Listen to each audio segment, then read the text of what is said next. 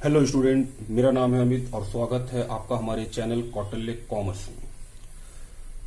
हम लोग क्लास 11 में जर्नल एंट्री स्टार्ट किए थे और जर्नल एंट्री को हम लोग किस रूल से पढ़े थे? गोल्डन रूल से। कुछ लोगों को गोल्डन रूल फॉलो करने में प्रॉब्लम हो सकता है, हालांकि गोल्डन रूल फॉलो करने में प्रॉब्लम नहीं होना चाहिए, लेकिन फिर भी हो सकता है कुछ बच्चे कहीं और कोचिंग कर रहे होंगे तो वहां पे गोल्डन रूल नहीं फॉलो करा करके वो आपको दूसरे मॉडर्न रूल से पढ़ा रहा होगा, और जब आप मेरा वीडियो देख रहे होंगे जर्नल एंट्री का तो आपको प्रॉब्लम शुरू हो गया कि इस तरह से तो सर वहां पढ़ाई नहीं है।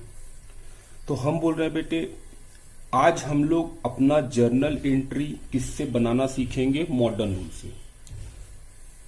क्या हमें दोनों रूल से आना चाहिए? बिल्कुल बेटे, अगर आपका अकाउंट्स पेपर अच्छा करना है तो आपको अकाउंट्स में जर्नल एंट्री गोल्डन रूल से भी आना चाहिए, मॉडर्न रूल से भी आना चाहिए। तो आज हम लोग अपना क्लास किस पे कर रहे हैं? Journal entry bye modern rule की। सर मॉडर्न रूल कैसे करते हैं? आइए सबसे पहले मॉडर्न रूल को लिखेंगे।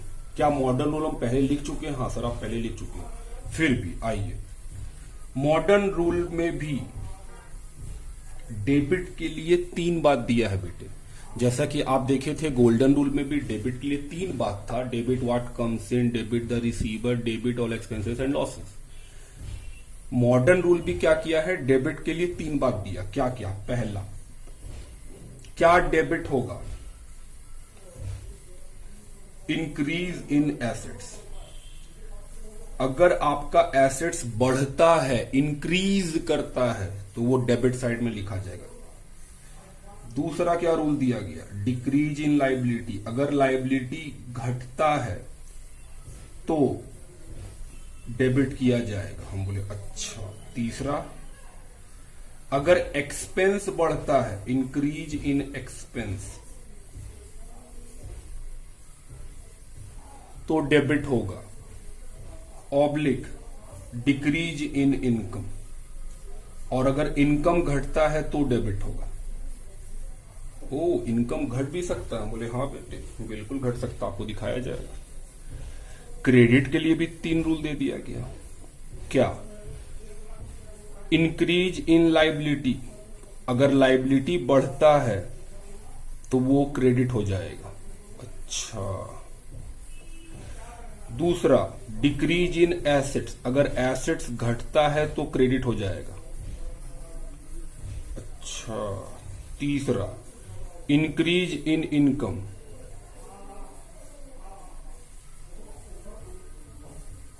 और डिक्रीज इन एक्सपेंस। आइए आइए बेटे, इस रूल के साथ एक बात क्लियर करते हैं कि बेटा ये रूल एसेट्स लायबिलिटीज में डील करता है। मतलब जब भी किसी ट्रांजैक्शन को पढ़ेंगे, उससे ट्रांजैक्शन को पढ़ के आपको एसेट्स और लायबिलिटी पहचानना होगा। इस रूल का यही एक डिमेरिट हमको लगता है, क्योंकि आप अभी अभी 11 में एडमिशन लिए हैं, आपको कैसे मालूम कि क्या एसेट्स है और क्या लायबिलिटी है? तो इसका सोल्यूशन क्या है कि हम आपको common assets, liability, income, expense का नाम लिख दें, जिससे आप उसको याद कर लें और आपको पता चल जाए कि सर ये एसेट्स है, ये लायबिलिटी है, ये इनकम है, ये एक्सपेंस है। आप बात समझते हैं? जी सर। तो हम लोग क्या कर रहे हैं? लिस्ट ऑफ एसेट्स लायबिलिटीज लिख रहे हैं। आइए लिखें। लिखो, लिस्ट बना रहे हैं। List of assets.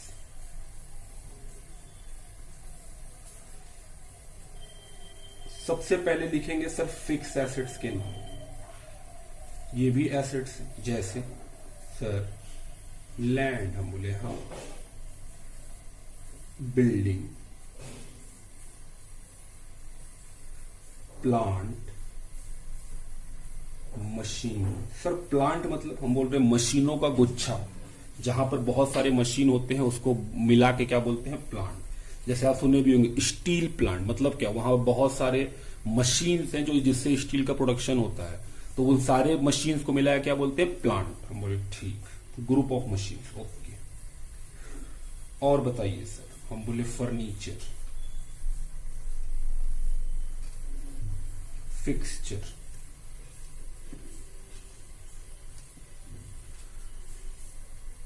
Motor vehicle, गाड़ी,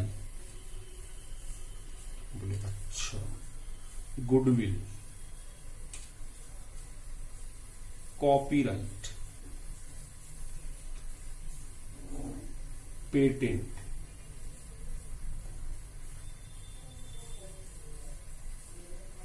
लाइव स्टॉक। लाइव स्टॉक मतलब सर पालतू जानवर, क्या इसके बारे में बात किए? जी सर, आप थ्योरी में बात भी किए। हम बोले अच्छा। उसके बाद करेंट एसेट्स, ओ ये भी एसेट्स होते हैं? बोले हाँ बाबू, ये भी एसेट्स होते हैं। थ्योरी आप कीजिए, fix assets, current assets. Sir ये क्या और भी हो सकते हैं? हम बोले बेटे और भी फिक्स एसेट्स के नाम हो सकते हैं, जो कॉमन है और जिसका जरूरत है वही लिखें। करेंट एसेट्स, कैश, अच्छा कैश करेंट एसेट है। बैंक, उसके बाद स्टॉक, डेटर, बिल्स रिसीवेबल,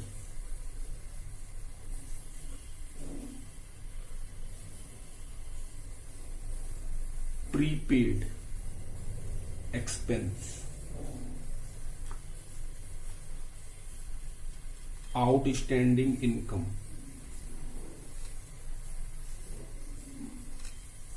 ये सब क्या है? करेंट एसेट्स के नाम। क्या और भी एसेट्स करेंट हो सकते हैं? हम बोले हाँ बेटे और भी हो सकते हैं। फिर एक और नाम है एसेट्स का, इन्वेस्टमेंट। क्या इन्वेस्टमेंट पे ही बात कर चुके हैं? जी सर, इन्वेस्टमेंट पे ही बात कर चुके हैं। ये लिस्ट ऑफ एसेट्स है, तो सर लिस्ट ऑफ लाइबिलिटी भी होगा। हम बोले हाँ।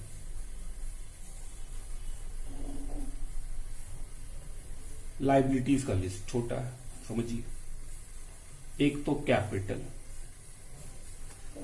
हम बोले हाँ। सर ड्राइंग भी एसेट्स है? हम बोले हाँ, ड्राइंग भी एसेट्स। दूसरा नाम बोले हम बैंक लोन, अच्छा बैंक लोन। क्रेडिटर, जिससे उधार में सामान खरीदते हैं, वो भी लाइबिलिटी होता है। बिल्स पेबल, सर ये क्या होता है? हम बताएंगे बेटे। बिल्स पेबल पे एक चैप्टर है हम लोग के पास। आउटस्टैंडिंग एक्सपेंस,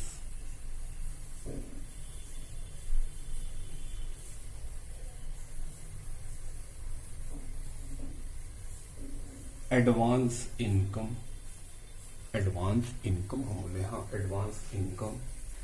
ये कुछ लिस्ट ऑफ लाइबिलिटीज हैं। लाइबिलिटीज कंपैरेटिवली एसेट्स के कम ही होते हैं। हम लोग बोले हाँ। सर और बताइए क्या क्या और लिखवाएंगे? हम बोले आओ कुछ और भी लिख लें,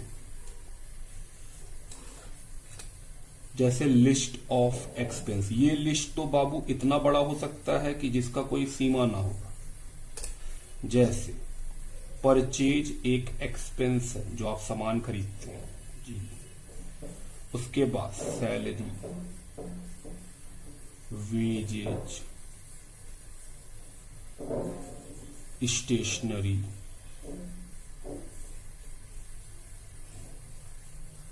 डेप्रीशिएशन, बैड डेट,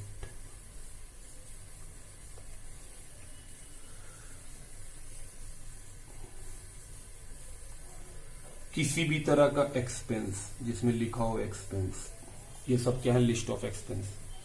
तो सर लिस्ट ऑफ इनकम भी होगा कुछ? बोले हाँ कुछ तो लिख ही सकते हैं हम लोग लिस्ट ऑफ इनकम में भी। जैसे सेल्स, अच्छा सेल्स इनकम है? हम बोले हाँ। फिर हम बोले bad debt recovery,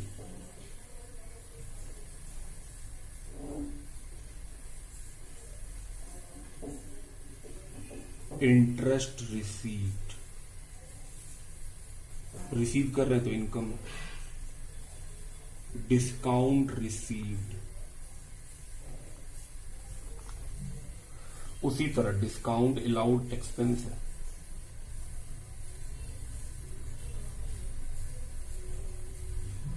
discount allowed, ये कुछ लिस्ट हम लोग लिख ले रखे हैं।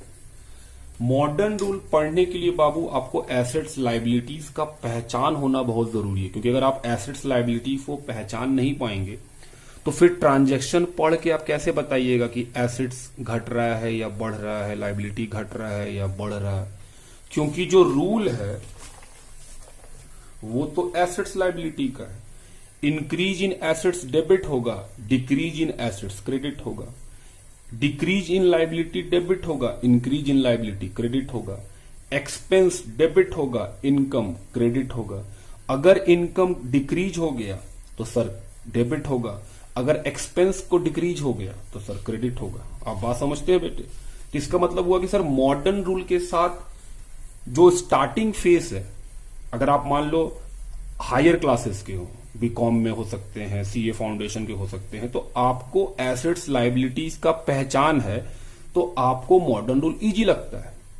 लेकिन हम बोल रहे हैं अगर हम 11th में एडमिशन लिए हैं और आज तक पता ही नहीं है एसेट्स क्या है, लायबिलिटी क्या है, कौन कौन से एसेट्स हैं, कौन कौन से एक्सपेंस हैं, तो वेरी डिफिकल्ट टू आइडेंटिफाई।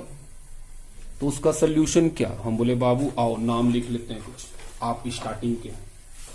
लेकिन अगर आप पहले से अकाउंट्स को पढ़ते हुए आए हैं, आप मेरा वीडियो इसलिए देख रहे हैं ताकि मेरा अकाउंट्स के जो जर्नल एंट्री वो आपका ठीक हो जाए। शायद आपको एंट्री उतना बढ़िया से नहीं आता, आप अपना ठीक करने बैठे तब तो आपको लिस्ट पहले से ही पता है क्या क्या एसेट्स है, क्या क्या लायबिलिटी है, तब तो दिक्कत नहीं है। लेकिन हम जो पढ़ा रहे हैं वो किसको फोकस लेकर के, हम साइंस वाले बच्चे को, जिन्होंने सीए फाउंडेशन में पहले 11-12 साइंस से किया, वो सीए फाउंडेशन में, उनके लिए तो अकाउंट्स नया पेपर है। और आप जहां पे कोचिंग कर रहे हैं वो आपको जर्नल एंट्री में 2 क्लास से ज्यादा देगा नहीं, क्योंकि उनको 4 महीना 5 महीना में अपना सीए फाउंडेशन का सिलेबस खत्म करना होता है, तो वो आपको उस तरह से टाइम दे नहीं सकता है। जबकि जर्नल एंट्री पढ़ने में आपको कम से कम 7, 8, 10 क्लास लग जाना चाहिए था सीखने के पॉइंट से। तो हम लोग वही फोकस किए हुए हैं कि हम लोग जर्नल एंट्री को प्रॉपर तरीके से सीखेंगे। तो जो 11 में स्टार्टिंग में है उनको बहुत बेनिफिट, क्योंकि हम उसी रफ्तार से पढ़ाएंगे।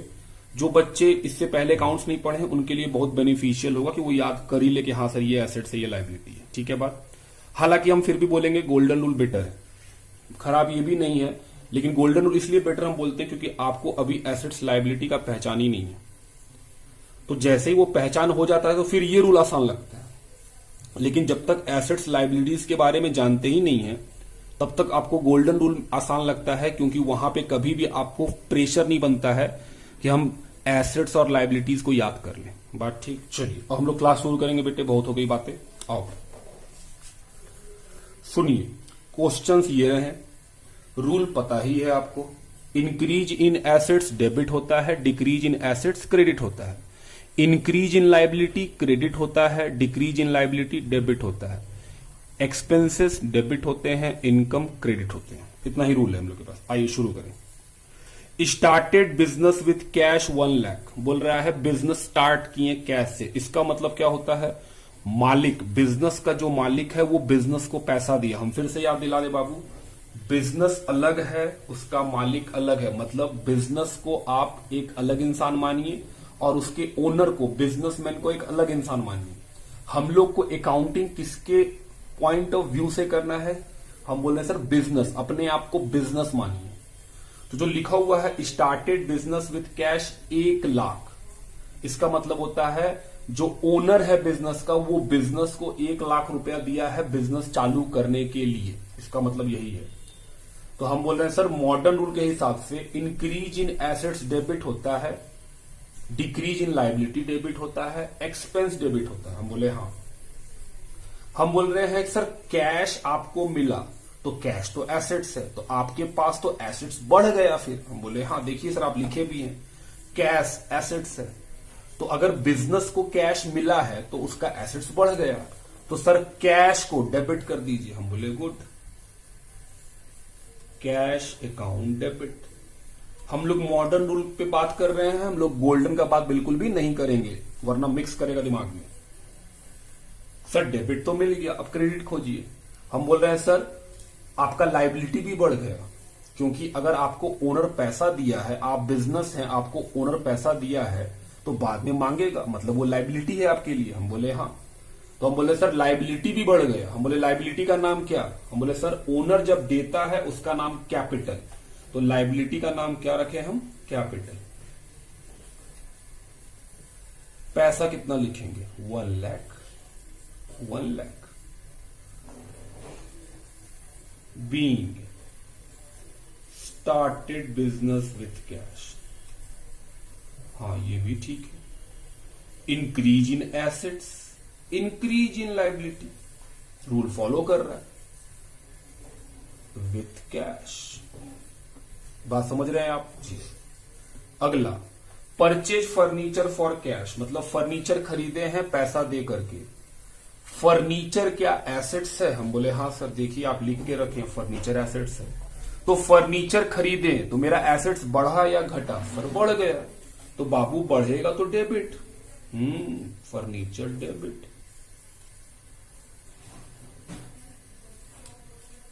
$20,000।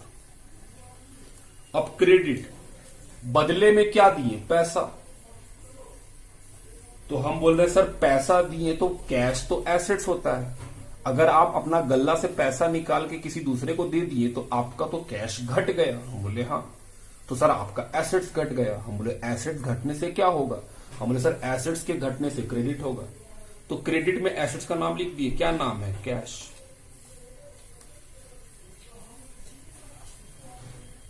Being furniture purchased for cash. तीसरा, for purchase of goods 20,000 for cash. बोल रहा है गुड्स खरीदे हैं कैश में, क्या एंट्री होगा? हम बोले सर गुड्स खरीदे मतलब परचेज किए। गुड्स को खरीदने के समय क्या बोलते हैं? परचेज। हम बोले हाँ। तो सर गुड्स खरीदे तो परचेज क्या है? हम बोले एक्सपेंस। परचेज क्या है? एक्सपेंस। तो हम बोल रहे हैं सर गुड्स के खरीदने से आपका खर्चा बढ़ गया, आप तो पैसा दिए होंगे। हम बोले हाँ खर्चा बढ़ गया। तो एक्सपेंस इंक्रीज कर रहा है, तो सर रूल के हिसाब से इंक्रीज इन एक्सपेंस कहां जाएगा? डेबिट में।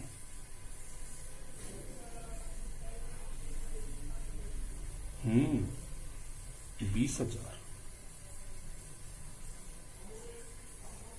सामान खरीदे 20,000 का तो खर्चा हुआ, क्या दिए? पैसा। तो सर कैश दिए होंगे, कैश तो एसेट्स है। कैश अगर दिए तो क्या आपका कैश घट गया? हम बोले हाँ। तो सर एसेट्स घट गया, डिक्रीज इन एसेट्स, क्रेडिट होगा। हम बोले हाँ।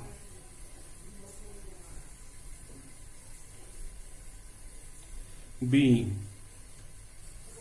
Purchase goods for cash.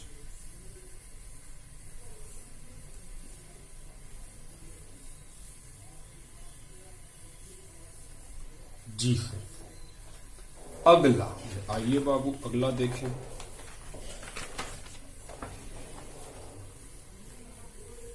Fourth number, purchase goods on credit from Mohan. उधार में खरीदे। तो सर खरीदे हैं आप गुड्स तो खर्चा हो रहा है, एक्सपेंस हो रहा है। हम बोले हाँ। तो purchase debit.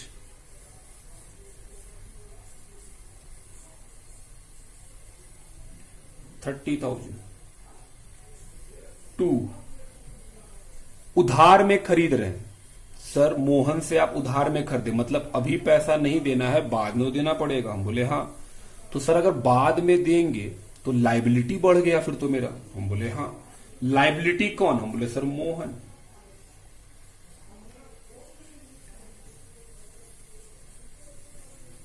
Being goods purchase goods purchase on credit from Mohan.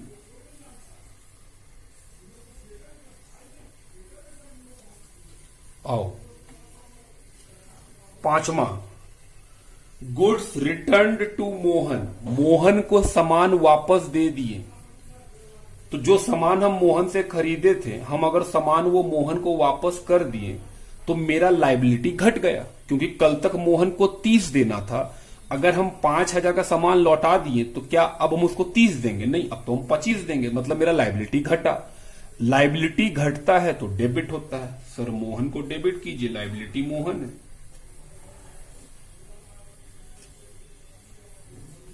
हम बोले ठीक। 2, हम बोले सामान वापस कर दिए, तो हम बोले जो खर्चा आप किए थे परचेज, वो खर्चा कम हो गया। हम बोले हाँ, 5,000 वापस कर दिए हैं सामान, तो मेरा खर्चा कम हो गया। तो हम लोग लिख के रखे थे कि सर अगर खर्चा एक्सपेंस कम हो जाता है तो क्रेडिट होता है। तो खर्चा का नाम क्या? सर खरीदने के समय परचेज नाम था, तो वापस करेंगे तब भी क्या नाम रहेगा? परचेज। सिंबॉलिकली क्या जोड़ देंगे? Return.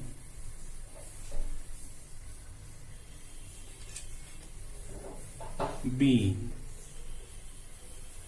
Goods return to Mohan.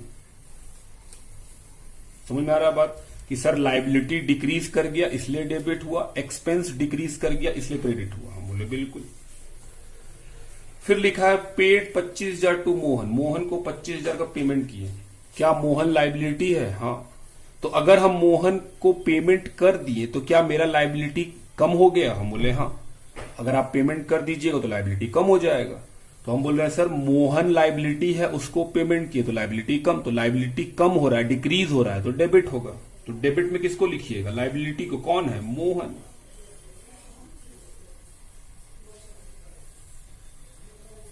$25,000। 2, क्या पेड किए? कैश। क्या कैश एसेट्स है? हम बोले हाँ। मोहन को कैश दिए, अपना पॉकेट से निकाले और किसको दे दिए? मोहन को। तो सर जो कैश है वो इंक्रीज किया कि डिक्रीज कर गया आपके गले से? हमने डिक्रीज कर गया। तो सर एसेट्स घट रहा है, कैश तो एसेट्स है, तो डिक्रीज कर रहा है तो क्रेडिट होगा।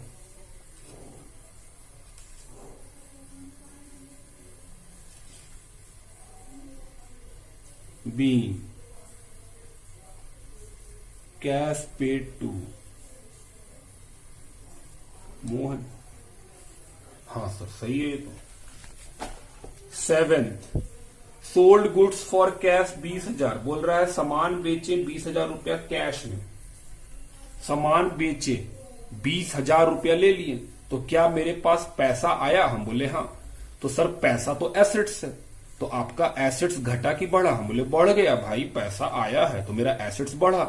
सर बढ़ा है तो फिर debit. Cash account debit. 20,000। 2,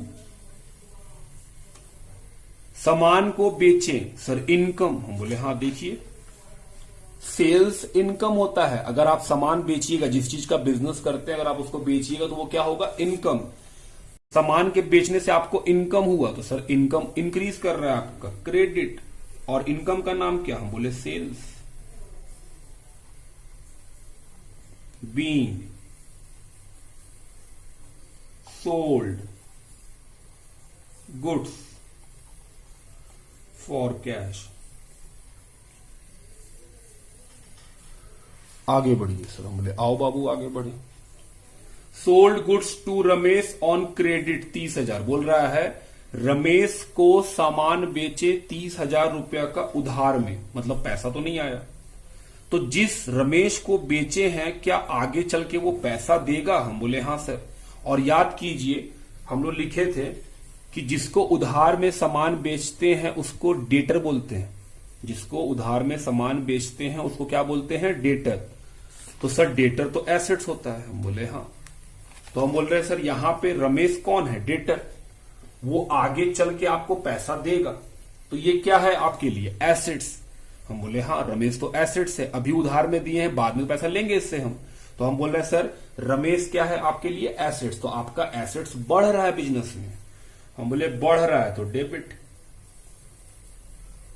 Ramesh account debit 30,000। 2, sale कर रहे हैं गुड्स, सामान बेच रहे हैं बिजनेस का, सर आपको इनकम। क्या लिखेंगे? सेल्स, क्रेडिट, क्योंकि इनकम क्रेडिट होता है। Being goods sold to Ramesh on credit. 30,000 रुपया। अगला, goods return by Ramesh, Ramesh सामान वापस कर दिया। तो हम बोल रहे हैं सर रमेश एसेट्स है, वो आपको सामान वापस कर दिया। तो पहले जहां आप 30 मांग रहे थे वो 10 का सामान तो वापस कर दिया, तो अब कितना मांगेंगे उससे? हम बोले 20। तो क्या मेरा 30 वाला एसेट्स 10 से कम हो गया? हम बोले हाँ, एसेट्स तो कम हो गया। तो डिक्रीज इन एसेट्स कहां जाएगा? क्रेडिट में। कितना रुपया? 10,000। सर डेबिट क्या होगा? हम बोल रहे बाबू जिस सामान को बेचे थे उस समय वो इनकम था, अब वही सामान वापस आ गया, तो क्या मेरा इनकम डिक्रीज कर गया? हम बोले हाँ सर। 30 का सामान बेचे थे, 10 का सामान तो वापस आ गया, तो आपका इनकम कम हो गया। तो हम बोल रहे बाबू डिक्रीज इन इनकम डेबिट होगा। सर नाम? हम बोले वही सेल्स, और सिंबॉलिकली क्या जोड़ देंगे? रिटर्न।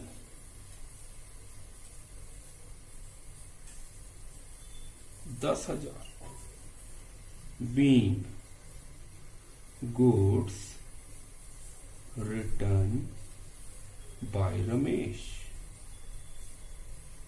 अच्छा, उसके बाद परचेज मशीन 40,000, मशीन खरीदे। क्या मशीन एसेट्स है? हाँ सर, लिस्ट में आप लिखवाए हैं मशीन एसेट्स है। तो हम मशीन खरीदे तो मेरे पास मशीन आया, तो मेरा एसेट्स क्या हुआ? इंक्रीज। तो सर इंक्रीज हुआ है तो डेबिट।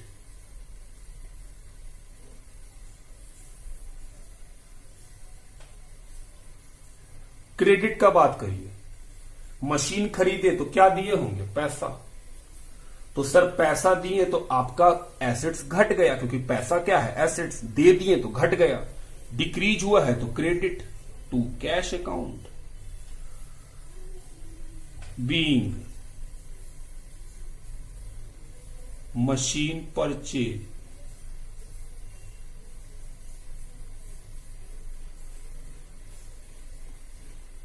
For cash.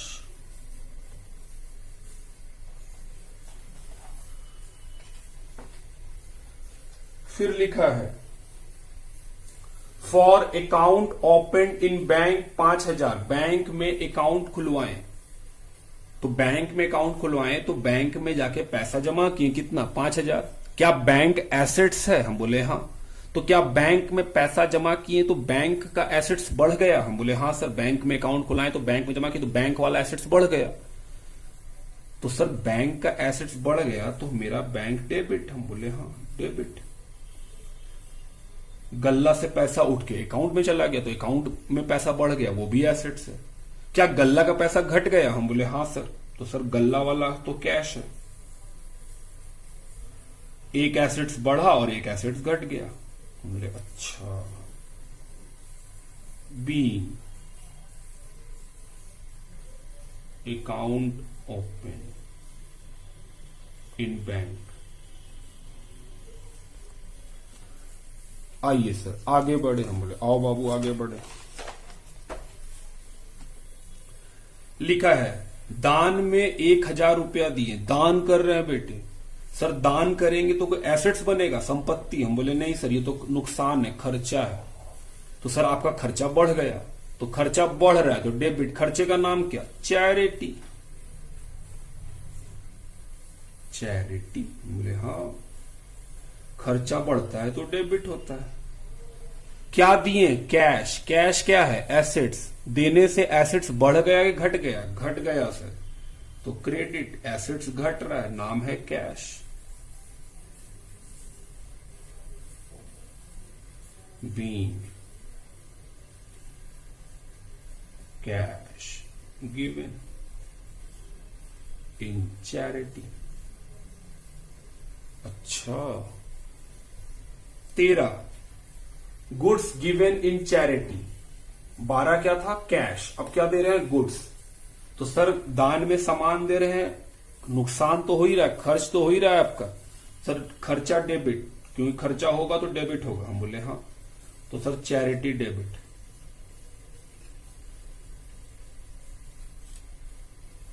2 क्रेडिट क्या होगा? हम बोले सर सामान दे दिए तो सामान जो है वो तो आपके लिए एसेट्स था। हम बोले हाँ बाबू। तो हम बोल रहे हैं सर उसको क्या लिखिएगा, हम बोल रहे हैं क्योंकि सामान दे दिए हैं तो सामान बेचे नहीं है, फ्री में दिए हैं, तो क्या लिखेंगे, परचेज। हम बोले अच्छा परचेज क्रेडिट होगा, हम बोले हाँ। Being goods given in charity,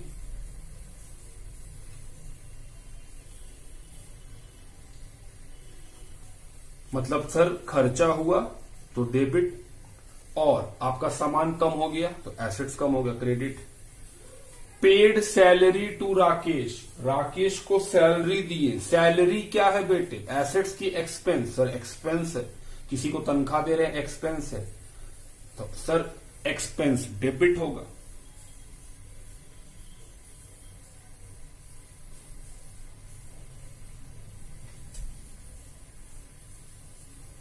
$6,000।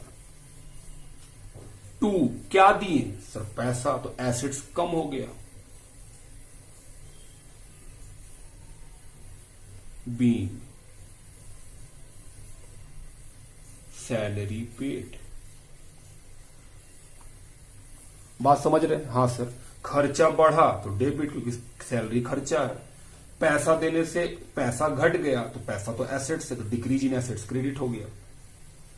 Bank से पैसा निकाले तो सर बैंक से पैसा निकाले मतलब कैश निकाले, तो बैंक से निकला और मेरे गल्ले में आ गया तो मेरा गल्ला का पैसा बढ़ गया, तो सर एसेट्स बढ़ गया, हम बोले हाँ। एसेट्स बढ़ा तो debit.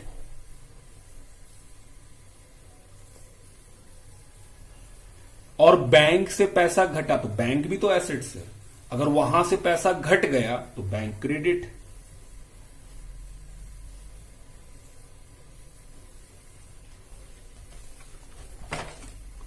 Being cash withdrawn from bank,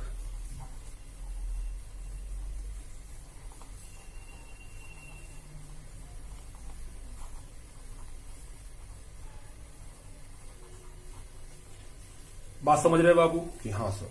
आगे बढ़िए, पर्सनल यूज के लिए पैसा निकाले, पर्सनल यूज मतलब मालिक अपने पर्सनल यूज के लिए पैसा निकाला। सर पर्सनल यूज के लिए जब निकालते हैं उसको ड्राइंग बोलते हैं। क्या ड्राइंग एसेट्स है, जी सर। तो ड्राइंग अगर एसेट्स है तो क्या होगा, डेबिट। सर आपका एसेट्स बढ़ गया क्योंकि जो ओनर अभी निकाला है आपके यहां से पैसा, आगे चल के आप उससे पैसा लीजिएगा, बोले हाँ, तो वो ड्राइंग है सर। क्रेडिट क्या होगा, हम बोले उसको क्या दिए, हम बोले कैश, तो सर आपका कैश घट गया मतलब आपका एसेट्स घट गया, डिक्रीज हुआ है एसेट्स, तो क्रेडिट। बीइंग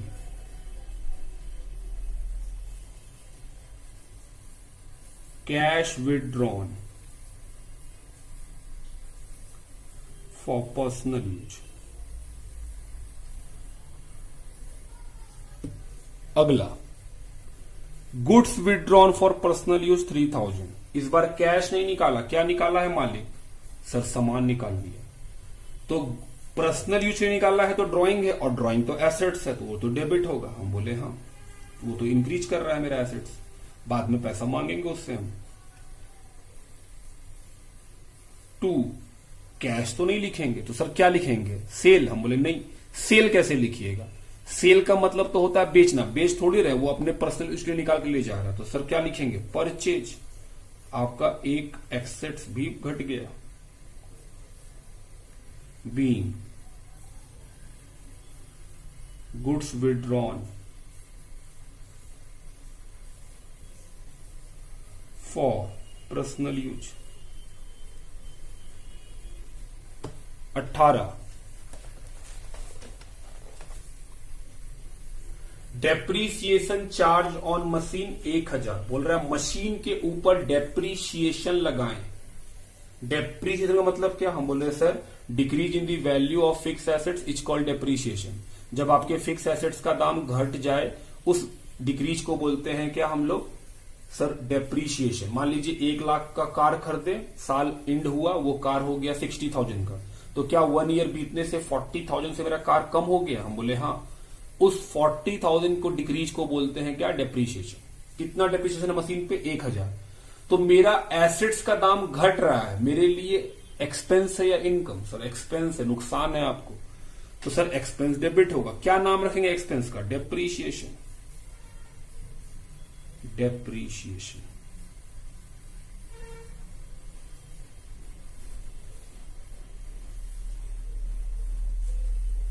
क्रेडिट में क्या लिखेंगे? हम बोले सर मशीन का दाम कम हो गया, मतलब मशीन क्या है? एसेट्स। तो एसेट्स का दाम कम हुआ है, एसेट्स कम हुआ है तो credit.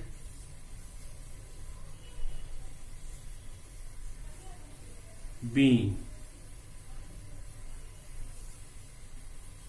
depreciation charged on machine। 19th नंबर बोल रहा है 500 due from Ramesh become bad debt. बोल रहा है 500 रुपया रमेश से लेना था। तो अगर रमेश से लेना था तो रमेश तो डेटर हुआ मेरा, कि हाँ सर आप उसको उधार में कभी सामान दिए होंगे, आपको उससे 500 रुपए लेना है। तो हम बोल रहे हैं सर रमेश मेरा डेटर है, मतलब मेरा एसेट्स है। बिकम बैड डेट मतलब अब वो एक भी रुपया नहीं देगा, कहीं भाग गया है। तो हम बोल रहे हैं सर आपका 500 रुपया डूब गया। तो हम बोले बाबू मेरा 500 रुपया डूबा, हमको फायदा के नुकसान? हम बोले नुकसान। नुकसान हमेशा कहां होता है? डेबिट में। नुकसान का नाम सर? हम बोले बैड डेट।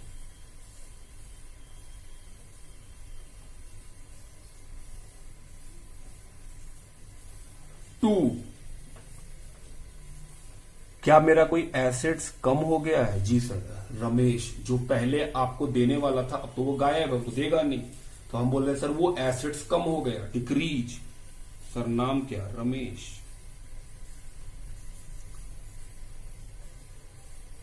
बी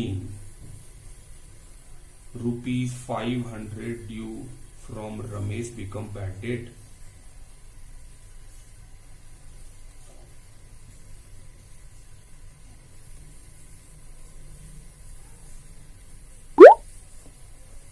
बात समझ में आती है मेरी? जी सर। तो ये हो गया हम लोग का जर्नल एंट्री का बात। ये है जर्नल एंट्री।